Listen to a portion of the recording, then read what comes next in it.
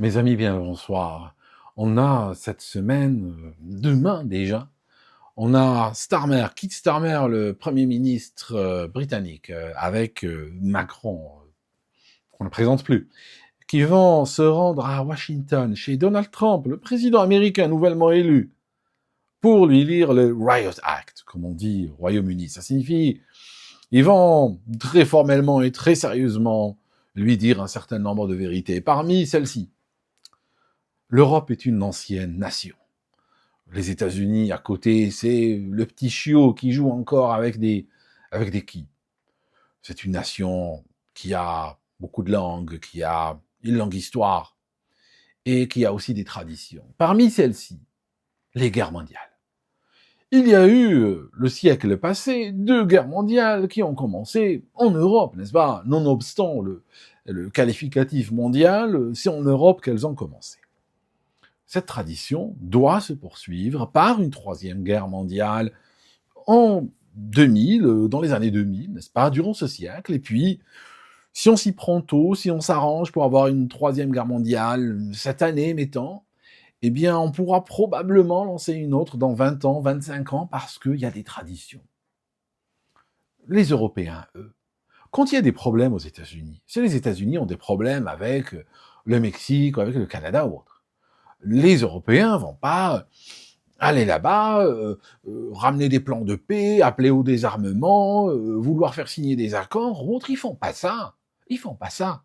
La paix, si Trump a envie de la faire, qu'il la fasse chez lui, qu'il vienne pas chez nous vouloir imposer des accords de paix alors que nous étions à 2 doigts de déclencher une 3e guerre mondiale.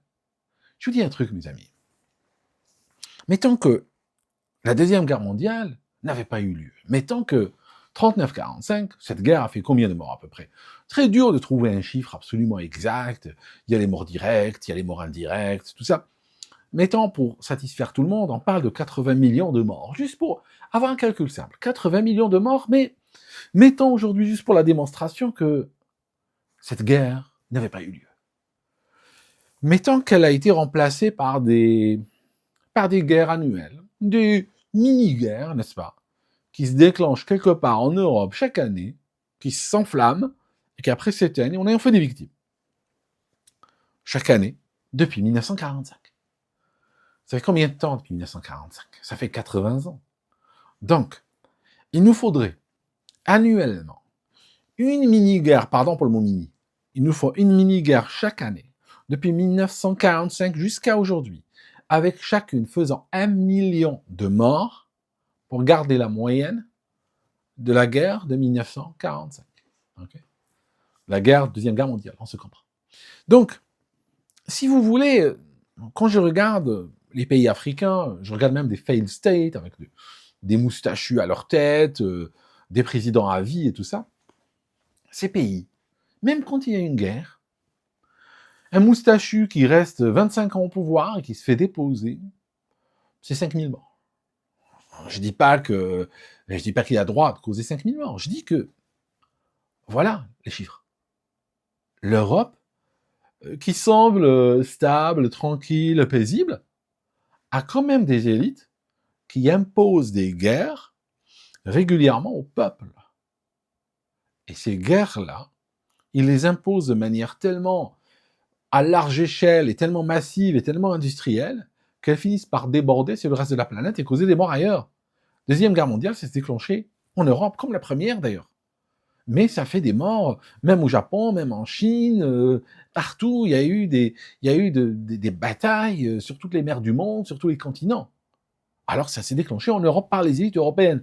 Donc, je veux dire, aujourd'hui, je me demande si le monde n'a pas intérêt à intervenir pour les Européens les débarrasser de leurs élites. Parce que là, ça commence à se voir, et on voit aujourd'hui le continent européen qui devient extrêmement belliqueux.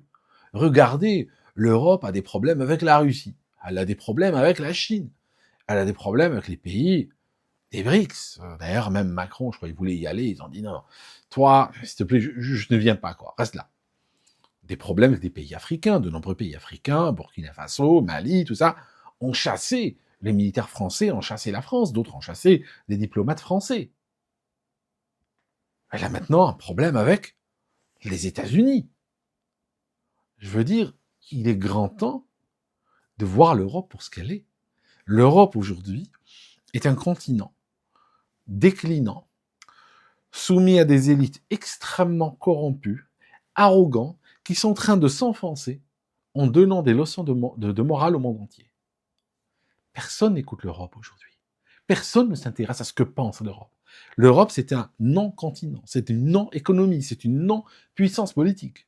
Et plus on avance dans le temps, et plus on a des dirigeants européens qui montrent de l'arrogance, qui montrent de l'agressivité, il n'y a plus moyen de travailler avec eux. Plus personne ne peut travailler avec les Européens, c'est terminé. Je vous rajoute un truc. Dans l'analyse, dans les analyses que j'écoute, qui sont formulées par les uns et les autres au sujet de cette guerre en Ukraine, tout ça, j'ai tout entendu. Les pro-russes, les pro-ukrainiens, tout ça, et chacun a ses arguments et tout. Maintenant, il y a une chose que j'aimerais partager avec vous. Et je vais vous donner une analyse. Mon analyse à moi, elle est un peu spéciale, dans le sens où elle ne va pas correspondre un petit peu au schéma qu'on a l'habitude d'entendre. Je vous raconte. Je vais vous parler, bon, c'est l'Africain qui revient, donc je vais vous parler vous avez une ferme, et là-bas au fond de la ferme, il y a une grange. Cette grange, tous les matins, vous la regardez, vous dites à votre famille, à vos voisins, j'aime pas cette grange. Elle casse la vue. La vue aurait été tellement meilleure sans cette grange. C'est ce que je vais faire. Un jour, je vais la raser, mettre le feu au reste, et aplanir le terrain.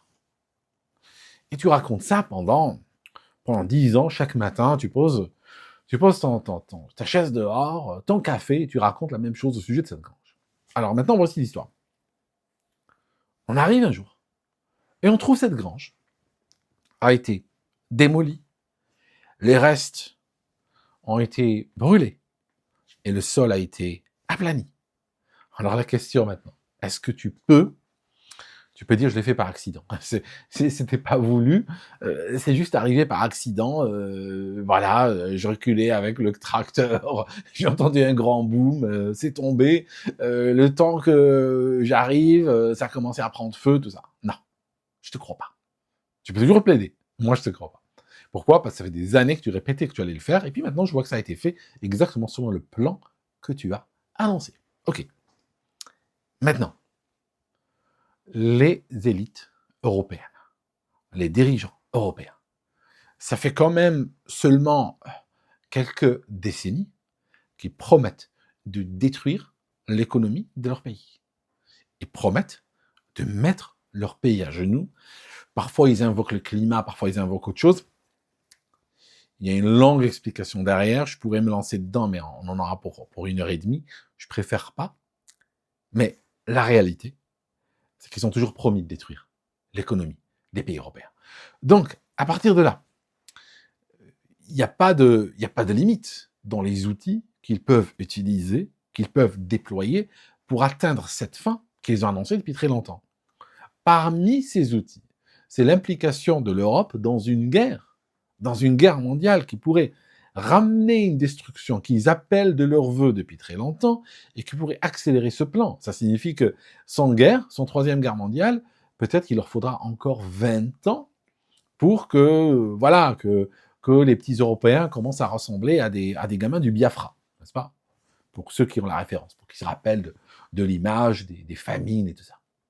Voilà, il leur faut peut-être 20 ans, 25 ans, de manière réaliste, même si, je dis ça par respect pour beaucoup de gens qui m'écoutent, que la famine est une réalité pour beaucoup de monde aujourd'hui en Europe. Mais elle sera de plus en plus pressante et elle concernera de plus en plus de gens si on laisse ces élites malfaisantes diriger. Ces élites malfaisantes, je vous dis un truc, sont pas en guerre contre la Russie. Sont en guerre contre vous. Je veux dire, plus vite vous le réalisez, mieux c'est. Je veux dire, moi je vous l'annonce, je vous le dis, si c'est la première fois que tu l'entends, je pense que ça peut surprendre un peu, ça peut choquer, ça peut perturber, je comprends, je conçois. C'est une réalité. Je veux dire, vient un moment, regarde, quelqu'un monte dans le bus, il te bouscule, ah pardon, je suis désolé. Ça arrive. T'as bousculé, t'as donné un coup dans les côtes, c'est pas exprès. Maintenant, si il te bouscule, je suis désolé. Après, il te pousse, tu tombes, je suis désolé. Il te marche dessus, je suis désolé. Il donne des coups de pied, je suis désolé. je veux dire, il vient un moment où tu dois quand même réaliser qu'il est en train de t'agresser, qu'il est en train de t'attaquer. Donc, ce qui est en train de se passer avec les dirigeants des pays européens, c'est qu'ils sont en train de détruire, ils sont en train de mettre à mort leur pays. Je te donne juste un exemple tout bête. Keir Starmer, qui est un Premier ministre, et les Français savent combien un Premier ministre peut durer. Des fois, ça dure quelques semaines et il part. Il a signé des accords pour donner de l'argent pendant 100 ans à l'Ukraine. Alors, c'est pas un accord entre deux privés. C'est pas un accord entre Keir Starmer et Zelensky. C'est un accord entre le Royaume-Uni et l'Ukraine. C'est un accord 100% légal, 100% carré, 100% blindé. Ça signifie de maintenant jusqu'en 2125. On peut même ne pas avoir à manger d'ici là. On peut avoir des Britanniques qui vivront peut-être comme à Haïti, qui seront affamés, parce que le pays est en train d'être détruit très vite. Les gens sont en train de fuir en masse. Les entreprises fuient ou ferment. Ceux qui peuvent fuir, fuient. Ceux qui ne peuvent pas fuir, ferment. Vraiment, on a un effondrement de ce pays. Tu marches dans les rues britanniques. Ce que tu vois aujourd'hui, c'est la misère, c'est la vétusté, des magasins familiaux qui des fois existent depuis 130 ans. 130 ans, je disais hier dans un journal. Ferment. Et à leur place, ouvre un magasin qui débloque les téléphones, un autre qui vend des appareils de vaping, un magasin tenu par des Chinois, probablement dans des conditions d'esclavage, qui fait les ongles, un magasin qui vend des bonbons américains, okay, un commerce ethnique, une kebaberie, et tous ces magasins ouvrent et ferment pratiquement. Tu passes un mois plus tard, ils ont tous changé, tout ça, tu vas trouver qu'ils sont fermés, il y a du courrier qui s'entasse par terre, la vitrine est sale, déjà taguée, tout ça. Je suis rentré dans un centre commercial, la moitié des magasins étaient boarded, ça signifie étaient couverts de bois. Terminé. La moitié des ascenseurs ne marchaient pas. La moitié des machines, j'étais à Gatwick ce matin, la moitié des machines pour payer le parking, out of order, écrit dessus. Tu arrives à un ascenseur, il ne marche pas. Tu vois ce que je veux dire? Un étage complet du parking était fermé. Fermé avec des barrières en plastique complètement tordues, tout ça, et des cônes et tout, parce que voilà, problème. Il n'y a rien qui marche dans ce pays. Il n'y a pas d'argent. Il n'y a pas d'argent. On n'a plus d'argent pour rien. Et tu sais ce qui est extraordinaire? Je pense que là, mes amis français vont réaliser que nous vivons la même réalité, tu sais. On a des leçons de réalisme économique qui nous sont données, par exemple, quand une clinique ferme. Imaginez une clinique va fermer, une clinique de proximité. D'ailleurs, je crois que c'est quelque chose, je suis en mesure aujourd'hui d'annoncer une bonne nouvelle. Je ne pense pas qu'une clinique de proximité va fermer parce que je ne suis pas sûr qu'il y en a dans ce pays. Okay, elles ont toutes fermé. Ça, c'est un problème de la décennie précédente, mais on en parle quand même. Figure-toi que quand on appelle des élus, on ramène les journalistes, des habitants, voilà, on arrive ici, des panneaux, piquets de grève, soutien à la clinique. Tu as un élu qui arrive et qui va te faire des leçons de réalisme économique. Mais on ne peut pas imprimer l'argent. On ne peut pas imprimer l'argent. Je ne peux pas juste... Comme ça, je vais dire, il y a des réalités aujourd'hui. Il faut 5 millions pour cette clinique. Elle est en déficit. Il n'y a pas d'argent. Elle va fermer. Je suis désolé. Ça, c'est pour nos problèmes. Maintenant, quand il s'agit de payer à l'étranger, bien sûr, on peut se retrouver à aller chez la compagnie des eaux usées du Burkina Faso et puis leur donner des millions pour un programme de sensibilisation à la diversité et au genre. Tu vois, voilà. On paye des millions à l'étranger. Des millions 14 milliards. Okay, des milliards qu'on paye. Ça, c'est un argent qu'on trouve, il n'y a pas de souci. Si on doit s'endetter, on s'endette. Il n'y a pas de problème. On le trouve. S'il faut l'imprimer, on l'imprime. Okay, mais pour les besoins nationaux, il n'y en a pas. Ça, il n'y a pas. Le problème, c'est que les Britanniques sont un petit peu comme les Français. Ils voteront jamais pour leur intérêt. Ça n'existe pas. Ce n'est pas possible. Tu comprends? Ils voteront pas pour leur intérêt parce que c'est mal. C'est mal. Ils préfèrent voter comme le leur disent les acteurs et les chanteurs et les médias. Donc voilà. Ce qui fait que, bon, revenons au début de la vidéo, j'avais commencé par Starmer et Macron allant à Washington parler à Trump. Bon. Je suis quand même inquiet, je vous cache pas. Parce que la chose qui peut arriver, c'est Trump qui va les traiter par-dessus la jambe, n'est-ce pas? Il va les traiter d'en haut, puis il va les renvoyer chez eux. C'est ce que j'espère. Mais peut-être non. Peut-être qu'il va les écouter. Parce que lui, c'est un homme d'affaires. Un homme d'affaires, il parle argent. D'accord. Donc, vous me dites, ça vous arrange extrêmement peu qu'il y ait la paix en Europe. Vous voulez une guerre, on a compris.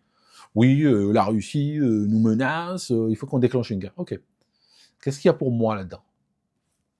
Vous voulez quoi? Vous me donnez quoi en retour? Mettons que je vous aide là-dedans. Mettons qu'on vous aide à la déclencher, cette guerre. Qu'est-ce que j'obtiens en retour, moi? Vous voyez le problème? C'est ça. C'est que j'ai peur qu'il parle argent. Parce que lui, si on lui parle argent, je suis pas complètement sûr que ce soit un homme de principe par rapport à ce qui se passe en dehors des États-Unis. Lui, c'est plutôt quelqu'un, un businessman. Donc, s'il y a du business et que les Européens veulent absolument une guerre, bon, voilà, s'il y a quelques trilliards à gratter avec eux, why not? Aujourd'hui, vous savez ce qu'il est en train de faire? Il a demandé à Zelensky de signer pour des mines. Parce qu'il dit, ok, on t'a donné de l'argent, ok, on t'a donné du blé depuis longtemps, sachant que Zelensky a fait une erreur psychologique énorme, enfin l'Ukraine, parce que, vous savez, il y a quand même des précédents énormes. Durant la campagne électorale, rappelez-vous, il y avait Zelensky qui était parti faire campagne aux États-Unis avec Kamala Harris. Elle a envoyé un avion militaire le chercher, il est venu. Je veux dire, en termes d'interférence dans des élections américaines, tu peux pas faire mieux, quoi. Ramener un dirigeant étranger, venir parader avec une candidate, c'est quand même énorme. Il y a des articles orduriers qui ont été écrits contre Trump par l'ambassadeur en exercice de l'Ukraine. C'est quelque chose qui se fait pas. Autant tous les pays, d'une manière douce et discrète, aimeraient bien que tel ou tel candidat gagne l'élection, mais généralement, ils se gardent d'intervenir directement. Alors, quand tu as l'ambassadeur d'un pays qui publie dans les journaux du pays, dans leur langue, des articles contre un candidat ou contre un président en exercice, je veux dire, c'est quelque chose d'assez inusité dans la diplomatie internationale. C'est pas quelque chose que tu verrais, quoi. Donc, aujourd'hui, Trump lui dit, ok, tu rembourses l'argent, et tu vas me rembourser en mines. Tu vas me les donner, tes mines. Très, très embêtant. Lui dit non, moi j'ai pas de dette. Il dit non, je m'en fiche. Maintenant, il faut qu'on parle remboursement. T'as pas d'argent, on peut pas parler d'échelonnement, tout ça. Mais tu as des mines de matières premières, moi je les veux. Voilà. Ben oui, ils sont réalistes. L'argent qui a été donné n'a pas été donné gratuitement. Donc là, maintenant, en particulier, comme Elon Musk est très proche de Trump, et que il a besoin d'un certain nombre de matières premières pour les batteries des Tesla et d'autres choses qu'il fabrique. Qu'est-ce qui va se passer? Il a besoin de ces mines. Donc, il a dû chuchoter à l'oreille de Trump, qu'il nous signe, il nous signe une concession d'1 siècle sur chaque mine, puis voilà. Et comme ça, on est quitte. Et on vient, on prend tout, on ramène des groupes américains, ils viennent, ils pompent tout ça, on met un grillage, on met des gardiens, et puis voilà, c'est tout. Point à la ligne. Tu vois le truc? Donc voilà, on va voir ce qui va se passer demain. Mais j'ai quand même l'impression que Zelensky, parce qu'il s'est pas montré à la hauteur d'un chef d'État, il s'est montré arrogant, faisant des tantrums, allant critiquer, au lieu de négocier avec Trump, il va le critiquer, il va faire des tantrums dans les médias, parce que ça fait très longtemps, ça fait des années que chaque fois qu'il fait un tantrum et qu'il gueule, on lui donne de l'argent. On lui donne des milliards et des milliards. Là, je pense qu'avec Trump, ce jeu va se terminer. Et là, je pense pas qu'il en a pour longtemps. Je pense que ce serait un miracle s'il finit le mois de février. Bon, on verra, peut-être qu'il tiendra le mois de mars, mais ces jours sont comptés. Voilà. Merci mes amis d'avoir regardé cette vidéo jusqu'ici, et puis on se retrouve dans une prochaine. À très bientôt.